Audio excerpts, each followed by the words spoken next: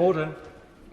Mr Deputy Speaker, and for calling me to speak in this debate. And it's a pleasure to follow the Honourable Member for Cities of London and Westminster, who made some excellent points. And it's great to take part in this debate on World Menopause Month. I'm pleased to be a member of the Menopause APPG, chaired with typical passion and panache, may I say, by my honourable friend, the member for Swansea East. And can I add my support to the call for the menopause revolution across policy making to finally address the personal, the social and the professional impact of the menopause on the lives of women in the UK.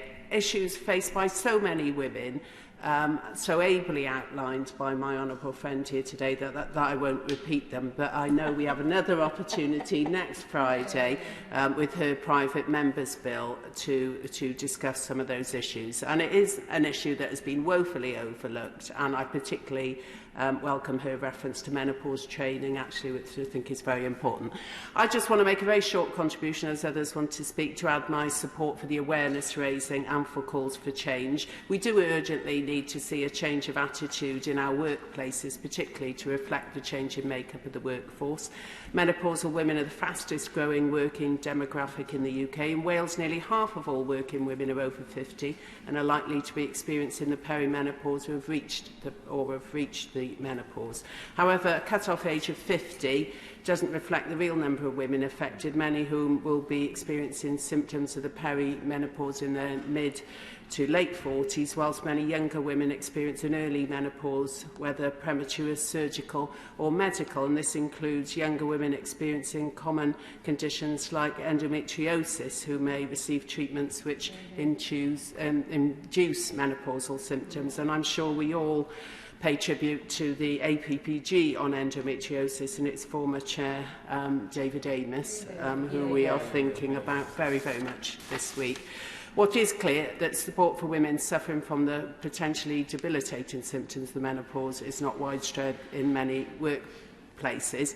Whilst the Equality Act of 2010 prohibits discrimination on the grounds of sex, research from the Wales TUC, who've done great work on this, I have to say, and commend this to the Minister, for many years, highlights how many women feel that managers simply don't recognise the problems associated with the menopause in the way that they would for other health conditions, even those with similar symptoms arising from different causes. And in the studies conducted ahead of the publication of their superb menopause toolkit, the Wales TUC found that almost a third of women with direct experience of the menopause felt it was treated negatively in their workplace, and nearly 60% report witnessing the menopause being treated as a joke. And it clearly highlights the pressing need for menopause workplace policies, particularly in large organisations, so that women just know they've got the support, the flexibility and the time off without the worry of losing pay.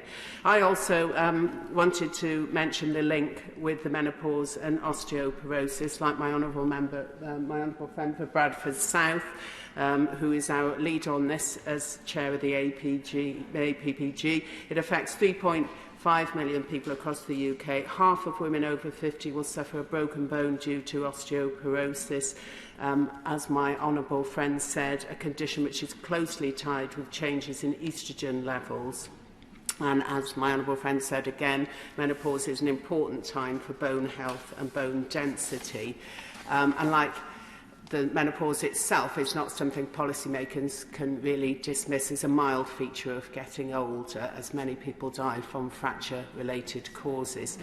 Whilst people living with the disease can live a healthy life with prompt diagnosis and the right support, millions are suffering, if they have the right support, millions are suffering the consequences of long-term pain and even disability because of underdiagnosis and under-treatment. And the day-to-day impact of osteoporosis cannot be underestimated.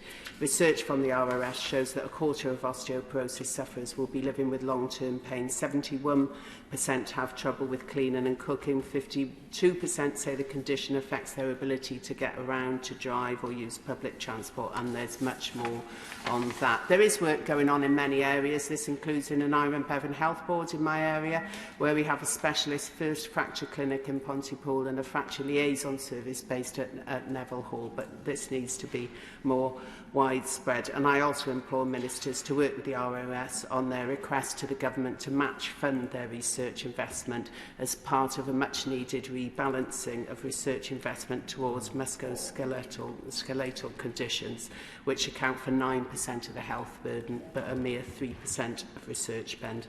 Finally, I just want to commend my honourable friend, the member for Swansea East, for her Menopause Support and Services Bill to end English prescription charges for HRT, which can help prevent osteoporosis and other menopause symptoms. And thanks to the Welsh Labour Government, as has already been mentioned by my other honourable friend, our constituents in Wales don't have to pay to access this essential treatment, and the bill aims to ensure that this is also true for our neighbours across the River Severn. Yeah.